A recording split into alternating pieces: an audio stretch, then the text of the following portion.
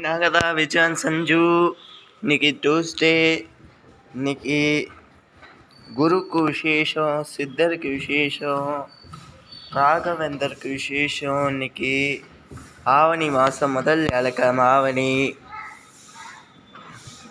இன்னைக்கு ராகவேந்தருக்கு விசேஷம். இன்னைக்கு சாய்பாபாவுக்கு ரொம்ப விசேஷமான நாள். இன்னைக்கு பெருமாளுக்கு அழகாக சிம்பிளாக அலங்காரம் பண்ணுற பெருமாளோட அலங்காரம் பிடிச்சிருந்துன்னா இன்னைக்கு நான் தான் கோலம் போட்டேன். இன்னைக்கு சாய்பாபா சூப்பராக இன்னைக்கு அழகாக நான் தான் போட்டேன்.